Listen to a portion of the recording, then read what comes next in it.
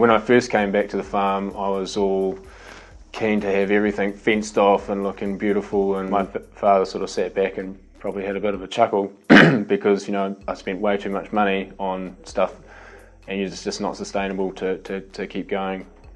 And he let me make those mistakes, and then I started to shift the ledger a bit to go with initiatives that you know, bolstered both the economics and the environmental sides of the farm. 8 years ago I would have ring fenced that bush and probably been quite close to the trees, but now I'd take a more holistic approach to that whole paddock, and I'd probably do a fence from, you can see that angle, following the contour of that really steep stuff, going up above the trees, right around the top, and then creating a fence on this side of that waterway with a bench for full stock exclusion. And the other key part to this plan will be water reticulation, but I need to get water down to this area and then fencing off those trees.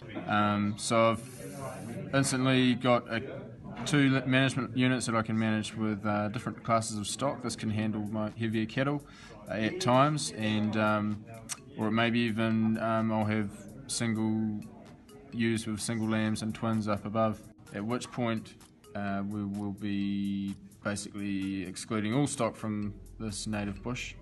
We'll have a couple of different land management units that we can develop in various ways. Some options might be forestry. Certainly for this bit it is pretty steep, but we can also look at other options like pole planting and just running sheep, and maybe lightly stocking the lighter cattle in there in the summer to retain grass quality.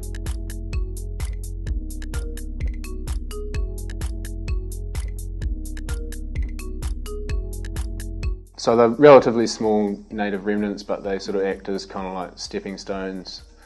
One of the stepping stones between, say, like Mount Mangatautari and maybe the Kaimai and Mamaku ranges and that sort of thing. The impetus to get on and do that project is a range of different factors. I guess one was me coming back to the farm with a bit of an environmental inclination. Another was ease of management of the farm, because having stock going into those areas can be a real time waster.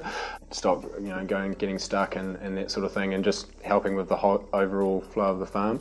Yeah, I guess a general sense of probably personal satisfaction and pride, like when you're out on the farm and you see that patch sort of regenerating, and you know, after a few years it's quite exciting watching things come back, especially birds,